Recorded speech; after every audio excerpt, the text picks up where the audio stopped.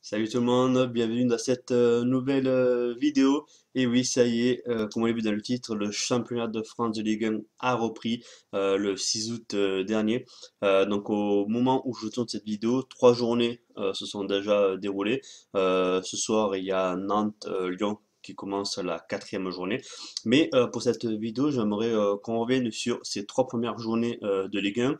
Je vais regarder le classement au bout de ces 3 premières journées, voir ce que je pense de ces 3 premières journées au niveau des équipes, au niveau du haut du classement et du bas du classement. Vous pourrez également me dire dans les commentaires ce que vous pensez également de ce classement et si vous êtes d'accord avec moi par rapport à ce classement. Ensuite, je ferai vite fait un petit tour des transferts qui ont lieu. Alors, dans ces vidéos, je ferai juste la partie Ligue 1 parce que je compte faire une autre vidéo avec tout ce qui est transfert et peut-être aussi les premiers résultats des autres championnats européens. Mais dans cette vidéo, je m'attache à la Ligue 1, ce qui est déjà pas mal en soi, et je verrai au niveau des transferts qui ont été faits dans les équipes de Ligue 1. Je ne vais pas faire toutes les équipes, j'en suis déjà désolé, mais sinon la vidéo va durer 2 heures. Moi, c'est pas moi que ça dérange, mais pour ceux qui regardent la vidéo 2 heures, c'est pas la peine, je m'en rends bien compte. Je vais faire simplement bon, entre guillemets, les plus grosses équipes du championnat, au moins les équipes qui potentiellement pourraient se trouver en haut du classement. On peut très bien avoir des surprises, hein. On en a déjà dans ces 3 premières journées. On va en reparler tranquillement. Mais avant de commencer, je veux juste vous remercier, vous tous et vous toutes, qui ont regardé ma dernière vidéo donc c'était sur l'élimination de l'équipe de France à l'Euro par l'équipe de la Suisse. Au moment où je tourne cette vidéo, la vidéo a fait 197 vues. Donc pour certains, c'est rien du tout, mais pour moi, je trouve que c'est génial, honnêtement, pour quelqu'un qui a simplement 15 abonnés, que la vidéo fasse 197 vues. Je sais très bien que la vidéo, que tout le monde ne regarde pas la vidéo en entier, que certains ne regardent que quelques minutes. Mais en tout cas, c'est toujours bien, ça fait toujours plaisir de savoir qu'il y a des personnes qui ont les mêmes centres d'intérêt que moi au niveau du foot pour cette vidéo et qui n'hésitent pas à laisser des commentaires pour qu'il y ait une interaction entre que ce soit les abonnés ou ceux qui sont pas abonnés et moi-même. J'essaie de répondre à tous les commentaires et pas tous. Là, j'ai 2 commentaires à répondre justement. Mais n'hésitez pas à continuer à regarder la vidéo, moi ça me fait super plaisir et voilà, tout simplement ça fait plaisir de voir qu'il y a des gens qui regardent les vidéos pour quelqu'un que je répète qui a que 15 abonnés. 197 vues, c'est vraiment énorme. Merci à vous en tout cas, c'est génial. Je ne m'attarde pas plus longtemps parce que sinon la durée va vraiment durer 2 heures. Je pense que les gens ils vont pas être contents. Euh, du coup, on va commencer du coup par, j'ai dit le classement de la Ligue 1. Tac, tac, tac, classement de la Ligue 1. Qu'est-ce qu'on peut dire sur ce classement? Après 3 journées de championnat, ouais, sans surprise, le Paris Saint-Germain qui est premier avec 9 points, avec 3 matchs, 3 victoires. Alors, attention parce que les 3 matchs, ça n'a pas été des matchs fantastiques. Donc il y a des matchs tous les matchs qui sont sur les chaînes Canal, je peux le regarder. Malheureusement, pour l'instant, je n'ai pas l'abonnement sur Prime. Donc Paris, les matchs, tu vois, c'est pas des matchs extraordinaires, honnêtement. Même s'il y a 3 victoires au bout, euh, 10 buts pour, 5 buts contre. Je trouve que au niveau de l'attaque, on va se dire c'est normal, hein, parce qu'avec tous les bons joueurs qu'il y a, c'est pas étonnant qu'ils aient marqué 10 buts en 3 matchs. Par contre, qu'ils en aient pris déjà 5 au bout de 3 matchs, ça je trouve que c'est moins tolérable parce que quand on a dans ses rangs le meilleur gardien de l'Euro. Bon, pour l'instant, il n'a pas joué, mais normalement, il fait quand même partie de l'effectif. Au niveau de la défense, c'est pas quand même n'importe quoi. Donc, je trouve que déjà 5 buts encaissés, c'est pas top top pour une équipe comme Paris. Deuxième et troisième, Angers et Clermont. Alors, Angers et Clermont, grosse surprise de l'avoir. Après, attention, hein, c'est que le début du championnat. Mais ils ont deux victoires et un match nul. Mais pour les équipes comme Angers et Clermont, je ne dénigre pas ces équipes, mais honnêtement, pour Angers et Clermont, bonne surprise, franchement. pas eu l'occasion de le regarder jouer, juste regarder les replays des buts, etc., des infos. Mais grosse surprise concernant ces équipes. Angers, 6 buts pour et un seul but contre. Franchement, ça va. Clairement, 7 pour, 3 contre. Donc, grosse surprise pour ces équipes. En espérant que ça continue de jouer comme ça fait la surprise, voilà, c'est le mot, surprise, tant mieux, il en faut. Donc malheureusement, le chemin est encore long, hein, ça fait que 3 matchs. Donc en espérant que ces équipes puissent tenir le coup, on verra bien. Lens Rennes, 4e et 5e, ouah, rien d'extraordinaire. 2 matchs nuls et une victoire pour chacun. Et tac tac tac, le classement, j'en reparlerai après. Et en fin de classement, par contre, là où je suis surpris, en 16e position, Lyon, 17 Lille.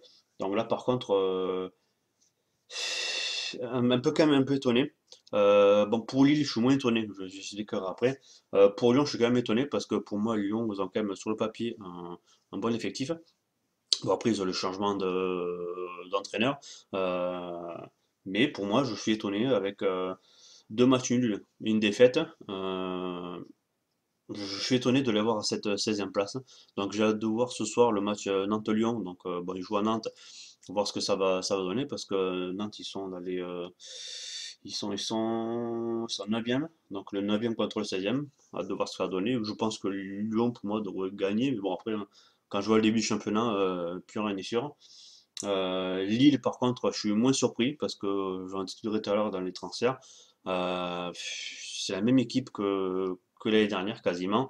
Au niveau des arrivées, on va voir tout à l'heure, il n'y a qu'une seule arrivée.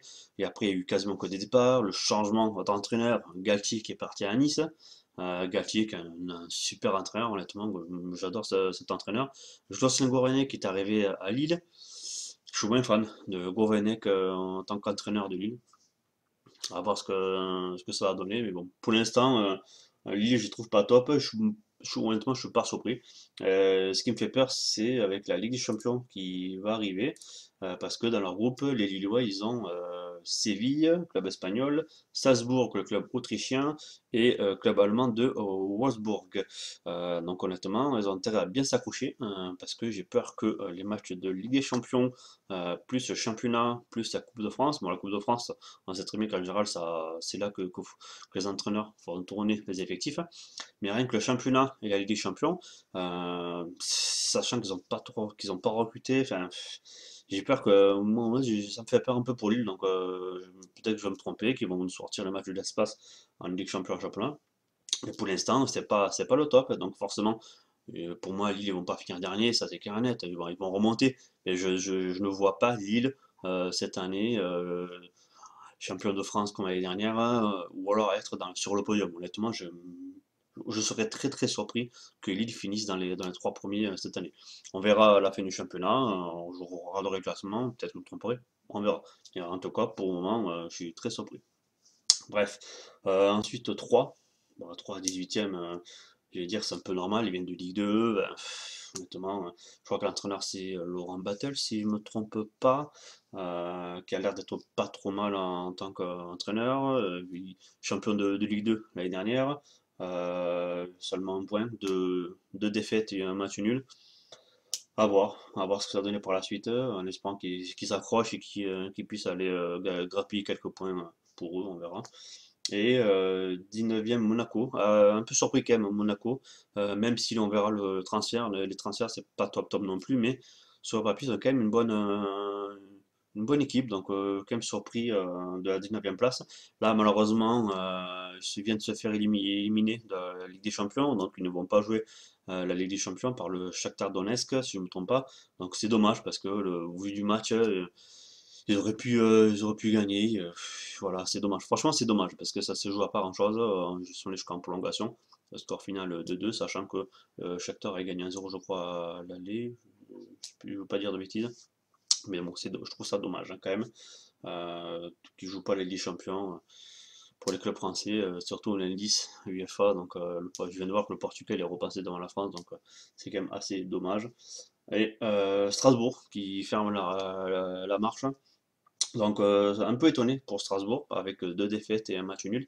Je vous avoue que Strasbourg, quand j'ai vu que le Kevin Gamero, donc l'ancien l'ancien joueur de Paris qui évoluait en Espagne, je crois que c'était à Valence si je ne me trompe pas, revient à Strasbourg. J'étais agréablement surpris.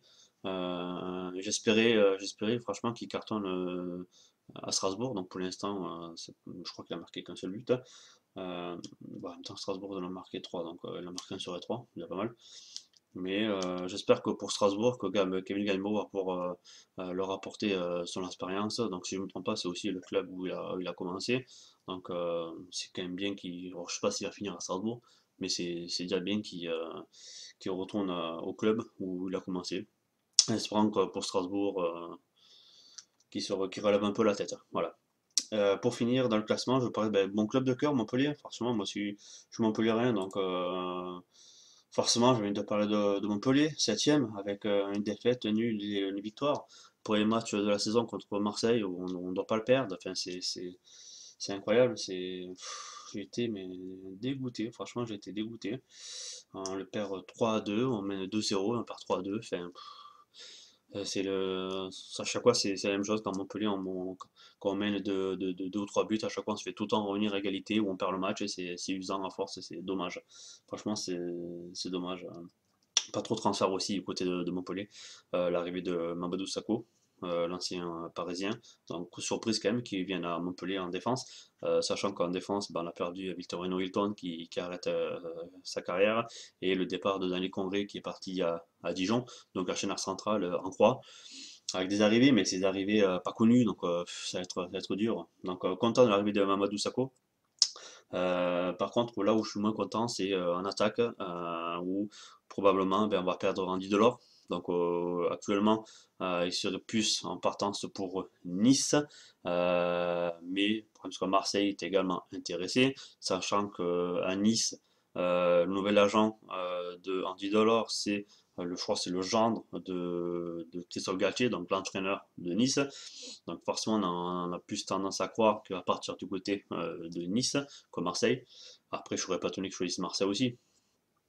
Je pense que de son côté, Marseille, ça se refuserait pas pour lui, un gars du Sud, donc ça serait logique. Mais là où ça m'embête, c'est que quand même Andy Delors sera en partance pour 10 millions d'euros. Alors 10 millions d'euros, honnêtement, moi je trouve que c'est pas beaucoup. Pas beaucoup pour sachant qu'Andy Delors, c'est plusieurs dizaines de buts sur les 3 dernières saisons à Montpellier. Donc je sais pas si je l'avais noté quelque part, je crois pas. Non, je l'ai pas noté, mais je sais plus combien il a marqué de buts à Montpellier, mais c'est quand même énorme. C'est avec Gaëtan Laborde, ils formaient un duo magnifique, hein. Et il a planté plein de buts à Montpellier, qui sont venus que pour 10 millions d'euros. Je trouve que c'est abusé. Je pense qu'on aurait pu largement obtenir plus de ce joueur, sachant qu'il y a d'autres joueurs à côté. On sait à peine si on connaît les noms, ça a rendu plus que 10 millions, donc c'est incroyable. Et ensuite Gaëtan Laborde aussi, selon la rumeur, qui sera en partance aussi pour notre championnat européen. Donc là, je pense que si on perd les deux joueurs, ça va faire mal à Montpellier. Et honnêtement, ça va pas faire du bien parce que avec le nouvel entraîneur Olivier Deligio, c'est l'ancien entraîneur de Brest. Donc là, il faut savoir que l'année dernière, on avait Michel Zakarian qui est parti à Brest et en retour, l'ancien entraîneur de Brest est venu à Montpellier. Donc je suis pas un grand fan de Deligio. Je sais pas. Quand j'ai su que c'est lui qui est arrivé, franchement, je suis pas super confiant. Je sais pas ce que ça a donné. Pour l'instant, les premiers résultats, ça allait parce que contre Marseille, quand on menait 2-0, j'étais agréablement surpris. Ensuite, on perd contre qui, je sais plus contre qui on a perdu le second match. Je crois que c'était Reims, si je ne me trompe pas. Et ensuite, la victoire, dernier match contre Lorient, donc a fait plaisir 3-1 à la Mosson devant les supporters, donc c'était plutôt cool avec le dernier but apparemment d'Andy Delors. Bon. On verra. En tout cas, moi je croise les doigts pour Montpellier, je continue à les suivre, il n'y a pas de souci. Voilà pour ce débrief du championnat. Donc Paris-Angers-Clermont en tête. Bon, Paris normal, Angers-Clermont, grosse surprise, mais malheureusement, je pense que pour eux, ça va pas durer. Et à la fin, Lyon-Lille, 3, Monaco-Strasbourg. Lyon-Lille, quand même, assez surpris pour Lyon. Lille un peu moins, mais bon, je pense qu'ils vont quand même remonter. Monaco aussi, surprise. On va voir ce que ça va donner par la suite. Pour cette partie classement, c'est bon pour moi. N'hésitez pas à me dire dans les commentaires ce que vous pensez de ce classement, si vous êtes d'accord avec ce que je viens de dire ou pas. Surtout, n'hésitez pas. C'est toujours bon à apprendre ce que vous pensez par rapport à ce que moi j'avance. Surtout, n'hésitez pas. Niveau transfert, donc j'ai pris un petit peu de quelques notes au niveau des transferts. J'ai regardé les différents sites. Alors là, je vais sur le site L'équipe, tout simplement, pour regarder les transferts. Ils sont régulièrement mis à jour. Donc, comme j'ai dit, je ne vais pas regarder chaque club parce que sinon, ça va être le gros bordel. Dès que cette vidéo a déjà commencé, donc ça fait déjà longtemps.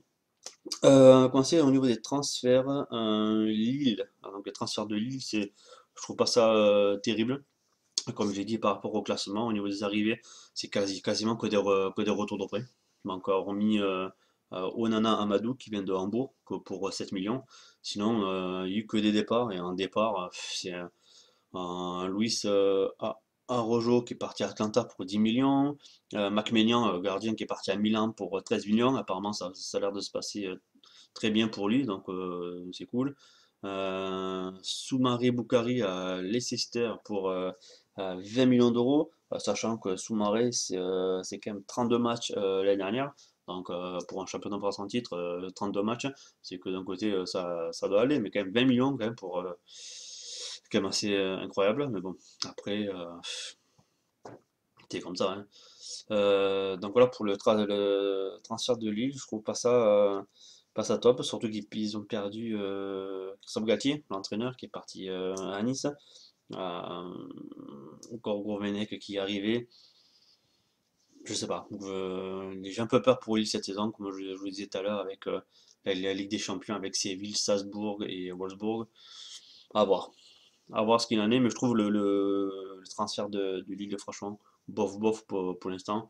À voir avant la fin de la période de transfert, s'ils vont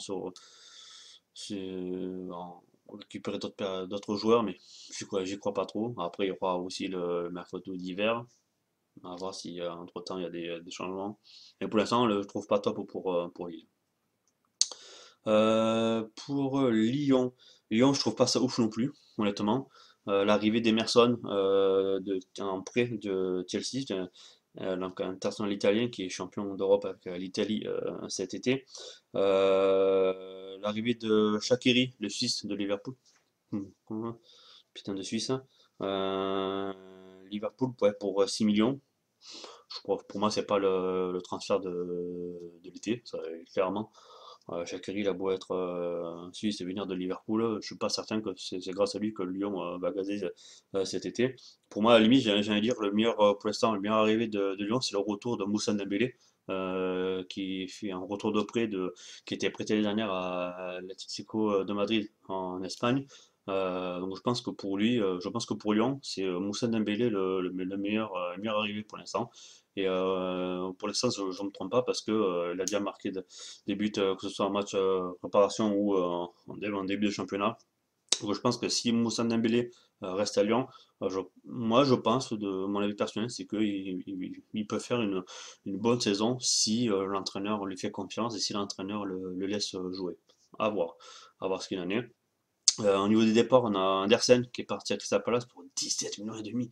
Putain, mais Andersen, qu'est-ce que j'ai noté sur Andersen? Ouais, 17 millions et demi. C'est le mec, on n'a pas fait beaucoup de matchs tant que ça, quoi. Il part pour 17 millions et demi. Bon, après, c'est pas une grosse perte dans le jeu pour Lyon, hein. Lucas Jean aussi, départ pour Monaco pour 11 millions. Attends, 11 millions, putain, là par contre, j'ai mis ça au las pour chapeau pour vendre ses joueurs. 11 millions à Monaco, 17,5 à Leicester. Au niveau de la plus-value, ça, honnêtement, je peux rien dire, hein. Le petit aussi, Melvin Barr à Nice pour 3 millions. Au niveau financier, c'est sûr que financier c'est le top, mais est-ce que dans le jeu ça va suffire? Après, sur le papier, il reste du moment, donc honnêtement, je me fais pas de soucis pour Lyon cette année en championnat. Je pense que je serais surpris qu'ils restent à la 16e place, donc là forcément ils vont grimper. Donc, mais bon, le niveau des transferts, c'est pas ouf, honnêtement. Marseille. Alors Marseille. excellent, excellent. Ça me fait chier de dire, mais au niveau des transferts, je trouve que c'est l'un des deux clubs avec Paris, mais on en discutera tout à l'heure. Les transferts, c'est mais excellent. Franchement, ça a été, mais c'est le top du top. Qu'est-ce que j'ai noté là? Donc l'arrivée de Balerdi du Borussia, donc je crois que il était prêté, je crois que c'est un transfert définitif, il me semble, si je dis pas de bêtises. De la Fuente, 3 millions de Barcelone. Lui aussi, un petit jeune qui promet quand même sur le côté droit, je crois, peut pas de bêtises, de Marseille. Très bonne recrue. Gerson, alors Gerson de Flamengo, 25 millions d'euros. 25 millions d'euros pour ce joueur, alors que, en début de saison, il fait pas un grand début de saison pour l'instant, mais bon, peut-être qu'il va au fur et à mesure monter, mais quand même 25 millions, c'est quand même énorme. Gendouzi, Matteo Gendouzi d'Arsenal, donc lui il est en prêt avec option d'achat d'Arsenal. Je pense qu'il est une bonne recrue, notamment parce que c'est un potentiel futur joueur d'équipe de France. Donc, je sais qu'il avait été sélectionné en équipe de France, mais je ne sais plus par contre s'il a déjà joué des matchs. Alors, je vais essayer de voir ça en direct. Tac, tac, tac. J'ai pas l'impression qu'il jouait en équipe A. Il avait été sélectionné, mais je ne suis pas certain qu'il ait déjà joué. Donc, mais c'est sûr, lui, il finira en équipe de France, ça c'est clair et net. Donc c'est pour ça que c'est une bonne recrue pour moi pour Marseille. Guendouzi, Lirola. Donc Lirola, 6,5 millions de la Fiorentina. Donc Lirola, si je ne me trompe pas, il avait été aussi prêté la dernière, je crois. Il revient, du coup, c'est une bonne nouvelle pour Marseille parce que Marseille, très bon défenseur que j'avais suivi l'année dernière, très très bien. Gardien de l'AS Rome, Paul Lopez, j'en ai entendu parler, mais il vient après. Donc à voir après, parce qu'il y a, par contre, ce qui peut être intéressant, c'est, qu'on appelle ça, avec Mandanda, un peu qui vont se tirer un peu la bourre. Mandanda fait un très bon début de saison, donc est-ce que c'est pas justement l'arrivée de Paul Lopez qui l'incite un peu à relever son niveau de jeu? Voilà, le mot que je cherchais, c'est concurrence. Voilà. C'est le Mandanda en concurrence avec Paul Lopez. Pour l'instant, Mandanda qui a l'air de faire un très bon début de saison, donc il n'y a pas de raison que Paul Lopez prenne la place. Luan Pérez, qui vient de Santos pour 4,5 millions. Pour l'instant, pas top au niveau de ce joueur. Beaucoup de fautes, carton jaune, et au niveau dans le jeu, franchement, c'est pas top top. Donc pour l'instant, cette recrue-là, je trouve pas génial. Donc William Saliba d'Arsenal en prêt qui a joué à Nice aussi, et qui là qui est prêté par Arsenal pour Marseille, bon le recrue aussi, tout simplement. Et aussi Cengiz Under, donc international turc de l'AS Rome, qui est prêté. Très bon début de saison, parce qu'en 3 matchs, il a déjà planté 2 fois, donc un contre Montpellier. Donc franchement, plutôt un bon recrue aussi pour Marseille. Et au niveau des départs, qu'est-ce que j'ai marqué? Benedetto, mais ça honnêtement, il part à Elche en Espagne.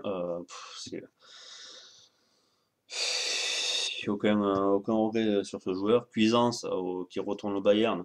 Pareil, il n'a pas été top top top, à part un ou deux matchs la saison dernière, sinon ça n'a pas été le top. Oh, Valère Germain, putain, mais faut que j'en parle. Valère Germain, putain. Comme je disais tout à l'heure, Andy Delors qui récemment qui va signer à Nice ou à Marseille, et Gatien Laborde qui va sûrement partir de notre championnat. Et j'ai lu que Montpellier avait donné sa priorité à Valère Germain. Valère Germain serait d'accord avec le club de Montpellier, mais putain, mais ça n'est connu. Valère Germain. Mais s'il vous plaît, Montpellier, on va vendre Andy Delors pour 10 millions. Gaëtan Laborde, à mon avis, si on va à l'étranger, ça va être pas loin de 10 millions, peut-être plus, honnêtement. Qu'est-ce qu'on va reprendre à Valère Germain, honnêtement? Je veux pas dire, mais il est claqué. Germain, c'est fini. Marseille, ça n'a pas été. À mon avis, il était en discussion avec Nantes et Troyes. Ça n'a pas marché. Pourquoi Montpellier? Je vois pas ce qu'il va apporter de plus à Montpellier. Remplacer Andy Delors par Valère Germain? Non, franchement, non. Faut arrêter. Là, je suis pas d'accord. Je préfère à la limite qu'à Montpellier, on ne le remplace pas Andy Delors, qu'on laisse jouer le petit anglais Stephen Mavididi, que je trouve honnêtement c'est un super joueur. Il est un peu effacé avec Quentin Laborde et Andy Delors. Je préfère honnêtement qu'on le laisse lui avec le petit jeune Wai, je crois, un truc comme ça, qui viennent du centre de formation. Je préfère qu'on laisse ceux-là que Valère Germain. Valère Germain, pour moi, si Valère Germain il vient à Montpellier, qui vient, qui joue, bah, si c'est bon, c'est fini pour moi. Peut-être que je vais me tromper, je vais me faire démonter, mais si Valère Germain est bien, c'est l'attaque de Montpellier, mais c'est fini, c'est pas la peine, honnêtement. Enfin, on verra. Voilà, en tout cas, Valère Germain qui est parti de Marseille. Euh, Radonjic, je sais pas comment on dit son nom. Tac tac tac, à Benfica en prêt. Sakai, l'international japonais qui est retourné au Japon, si je dis pas de bêtises, pour 1,5 million. Et Thauvin. Thauvin qui est parti avec Gignac au Tigre au Mexique. Euh, à un moment donné, Thauvin, il fallait bien qu'il parte. Il ne pouvait pas rester indéfiniment. Donc, surtout que là, Payet fait un très bon début de saison à Marseille. Même dans les matchs de préparation que j'ai eu l'occasion de voir, très bon match de préparation. Début de saison, dans les matchs pareil, il fait un très bon début de saison. Par contre, j'espère que ça va durer. Après, je sais très bien qu'il ne pourra pas faire tous les matchs de la saison comme ça. Mais c'est si au moins qu'il se maintienne, qu'il apporte son expérience dans cette équipe de Marseille. Et honnêtement, Marseille, ça peut courir avec l'effectif qu'ils ont, honnêtement. Je suis même surpris qu'il soit que. Je crois que c'est son septième derrière Montpellier, je crois. Huitième. Huitième, avec. Ah ouais, point parce que huitième, mais voilà, parce qu'ils ont une victoire et un match nul, sachant que pour l'instant, c'est le match contre Nice, ouais, avec l'histoire de l'envahissement de terrain. Donc normalement, ils sont censés le perdre 3-0 par forfait, puisqu'ils ont refusé de revenir sur le terrain. Mais normalement, potentiellement, pourtant, ils perdent 1-0. Après, ça change rien, mais on va dire que je suis surpris quand même que ce soit que 8 parce que ils méritaient de, même contre le Diama, je pense que c'est contre Bordeaux qui font match nul. Normalement, à la première mi-temps, ils menaient 2-0, ils font 2-2 à la fin. Normalement, le match, comme Montpellier à la première journée, normalement, Marseille, le second match, à quoi moment ils devaient le perdre. Enfin, voilà. Donc, à voir comment Marseille va gérer la suite, mais à voir. Je ne me fais pas de soucis pour eux. Monaco, pas ouf non plus, Monaco, ouais, honnêtement. Au niveau des transferts, comme je disais tout à l'heure, c'est pas top top, hein. On est arrivé. Honnêtement, c'est quasiment que des inconnus, moi, pour ma part. Myron Boadou, Ismaël Jacobs. Bon, après, il y a Lucas Jean de Lyon pour 11 millions que j'ai dit tout à l'heure. Après, il y a beaucoup de retours de prêt. Par contre, en départ, il y en a quelques-uns. Donc, l'effectif, honnêtement, de Monaco, il est un peu space quand même, hein. Il y a beaucoup de Monaco, j'ai l'impression qu'ils font venir des joueurs, de jeunes joueurs ou de joueurs pas connus, qui prennent un peu de valeur. Ensuite, du coup, ils les revendent. Et le problème, c'est qu'au niveau des effectifs de Monaco, il y a une saison, ils vont faire une bonne saison, mais la saison d'après, c'était pas la peine parce qu'ils ont vendu tous les joueurs. Donc là,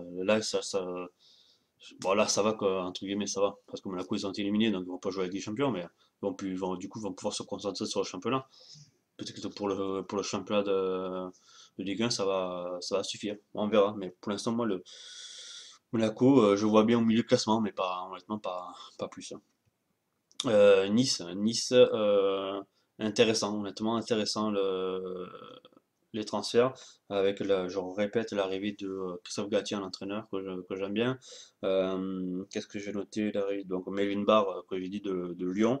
Mario Lemina, l'ancien Marseillais, qui arrive de Southampton, Angleterre, pour 5,5 millions. Todibo, je crois que c'est l'ancien Toulousain qui jouait à Barcelone, qui est défenseur, donc qui arrive pour 8,5 millions, mais si je me trompe, je crois que je me demande s'il jouait pas déjà l'année dernière, il avait été prêté, si je dis pas de bêtises. Après, je connais pas Calvin Stengs, ça honnêtement, je connais pas du tout. Pour 15 millions d'euros. 15 millions d'euros. Après, j'ai regardé, c'est quand même 20 buts. Après, c'est 20 buts sur les 3 dernières saisons. Donc 20 buts en trois saisons, c'est pas non plus le grand pour l'attaquant. Donc c'est pas ouf, ouf, ouf. On va dire, ça fait à peu près, ça fait à peine 6-7 buts par saison. Pour l'attaquant, c'est pas non plus le top, top, top. Mais bon, 15 millions, j'espère qu'il va les amortir. Et du coup, potentiellement, l'arrivée d'Andy Delors de Montpellier, comme je l'ai dit, pour 10 millions. Si Andy Delors il arrive à Nice, franchement, ça sera pas mal avec. C'est quoi? C'est le Suédois? Kolsberg, je crois, quelque chose comme ça. Merde, je sais plus. Donc je pense que ça peut faire une bonne attaque, mine de rien. Parce qu'au niveau des départs, il y a eu qui? Il y a eu Willan Cyprien, que je vois. Il est parti où Willan Cyprien? Oui, voilà, à Parme. Partir à Parme pour 6 millions 7. Bah, t'es allé rejoindre Buffon. Pour 6 millions 7 quand même à Parme, donc plutôt pas mal. Le départ de Les Milou. Ouais, Les Milou à Norwich, 6 millions. Et Ensoki à Bruges pour 6 millions 5. Donc quand même trois départs quand même de joueurs qui jouaient quand même bien à Nice l'année dernière. Donc mais bon, après au niveau des arrivées, ça s'équilibre. Donc au niveau de transfert, non, je trouve que le niveau d'effectif, ça va, franchement. Non, Nice, non, franchement, intéressant à Nice, je pense que c'est une équipe à suivre cette année. Franchement, je sais pas ce que vous en pensez par rapport à Nice, mais ouais, ouais, je pense que c'est une équipe à suivre. Je pense que je jetterai un coup d'œil quand même à Nice. Ensuite, la dernière, ben, Paris. Paris, ouais, je suis obligé d'en parler. Paris. Après, il y en a certains qui vont dire oui, quand on a l'argent et tout. Ah, c'est sûr, je suis tout à fait d'accord. C'est de suite plus simple quand on a l'argent. Mais le problème, c'est que c'est Paris, mais quand on voit les autres championnats, eux aussi, ils ont l'argent et pourtant, on n'en parle pas. Quand je vois Manchester United, City, Arsenal, Chelsea, etc., en Espagne, Madrid, Barcelone, quand on voit les montants, là, j'ai vu cette nuit, Madrid, ils ont offert 180 millions, je crois, pour Mbappé à Paris. Donc c'est quand même, on va dire, bon après ça il fait partie des meilleurs joueurs du monde, mais 180 millions pour un joueur, c'est quand même assez incroyable. Donc là, pour les recrues de Paris, sachant que un des deux seuls joueurs qu'ils ont payé Paris, c'est Hakimi de l'Inter, ils l'ont payé 60 millions. Sinon, le reste, ils étaient en fin de contrat, quoi. Quand on regarde, qu'est-ce que j'ai noté? On regarde Messi, Donnarumma, Ramos, Wijnaldum, ils étaient tous en fin de contrat. Donc au final, tout ce beau monde pour 60 millions, c'est quand même, entre guillemets, on va dire du bien joué, quoi. Surtout qu'on a Lionel Messi.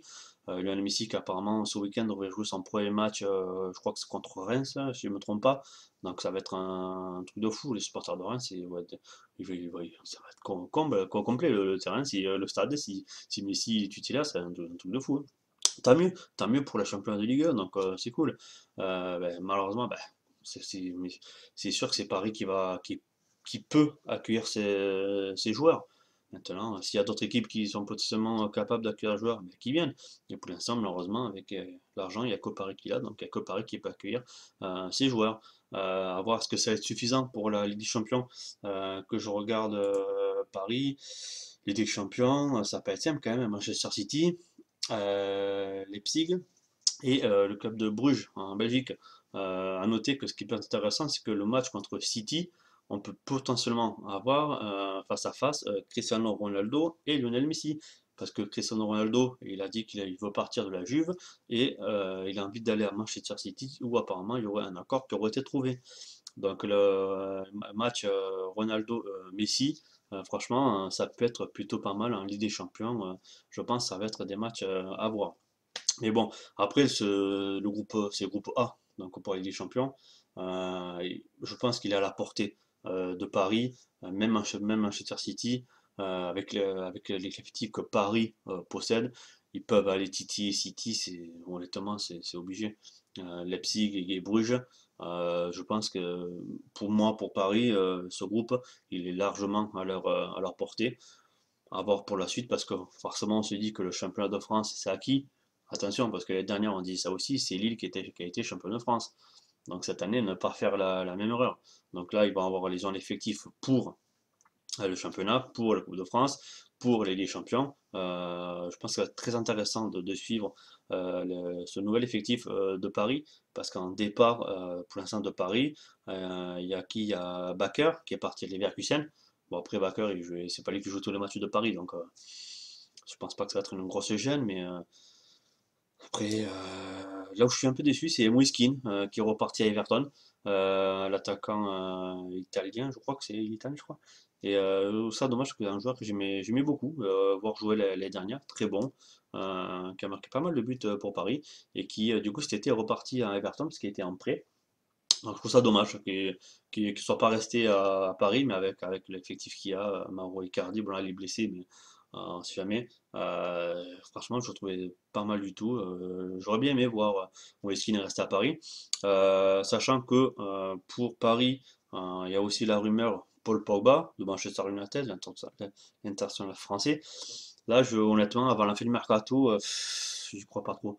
Parce que là, le championnat en Angleterre a déjà commencé. Pogba, il a joué avec Manchester. Il a été plutôt très bon avec Manchester. J'ai eu l'occasion de regarder un match, je sais plus quand c'était contre Leeds, je crois, où ils ont cartonné les Leeds. Pogba, je crois qu'il avait 3 ou 4 passes décisives, c'est un truc de fou, mais il était énorme. Donc que maintenant Pogba revienne à Paris, honnêtement, j'y crois pas trop. Même si pour Paris, ça serait énorme, même pour nous, supporters, de le voir jouer en Ligue 1, ça serait énorme. Mais honnêtement, là, pour le moment, j'y crois pas que Pogba vienne le, avant la fin du mercato. Peut-être que je me trompe, mais bon, à voir. Et ensuite, il y a aussi la rumeur Kamavinga, le jeune joueur de Rennes, donc déjà international avec l'équipe de France. Euh, Joueur prometteur parce qu'il était très bon avec Rennes, mais l'année dernière, là, euh, il a moins bien joué, donc ses performances sont à la baisse, donc c'est ce qui est quand même dommage. Mais ce qui serait bien, c'était au moins qu'il rejoue avec Rennes et qu'on le revoie et qu'il en remonte un peu ses performances à la hausse. Après, est-ce qu'il va venir à Paris? Lui, apparemment, il a l'air d'être intéressé pour venir à Paris. Est-ce que ça va se faire avant la fin du mercato? Là, je dis c'est possible. C'est possible parce que, comme je dis, avec la blessure d'Icardi, on ne sait jamais. Ça reste entre guillemets un petit joueur de Ligue 1. Donc, je pense que Rennes, si Rennes, Paris mettent la somme qu'ils veulent, Rennes, ils vont le lâcher contre la thune. Je pense que ça va pas. Je ne peux pas me tromper à ce niveau-là. Si du moment qu'on mettait la somme d'argent, il partira. Et ça, forcément, ça peut être une bonne recrue pour Paris, mais après, est-ce qu'il va jouer avec tous les stars qu'il va y avoir? Parce que vous imaginez, je compte, alors si Mbappé il s'en va, il va quand même rester Neymar, Icardi, Messi, c'est un tour de foot, Di Maria, Sarabia, Draxler, Draxler, il est peut-être en partance, mais bon, malgré tout, ça va être une équipe de fou, donc honnêtement, à voir cette équipe ce que ça a donné. Puis on verra bien, on verra bien. Donc voilà, c'est le petit point au niveau transfert et classement. Je pense que je ferai une autre vidéo pour la même chose, mais pour les plus gros championnats européens que les plus grosses équipes. Je pense que vous pouvez voir avec le championnat espagnol, le championnat anglais, peut-être italien et allemand, je verrai. Voilà, les quatre gros autres championnats voir ce que ça donne. Et je pense que, parce qu'il y a la liste d'équipe de France qui a été donnée par Didier Deschamps pour les 2 prochains matchs, donc pour ceux qui n'ont pas vu, Olivier Giroud n'a pas été appelé par Didier Deschamps. Il y a eu quatre autres joueurs entre guillemets nouveaux qui ont été appelés.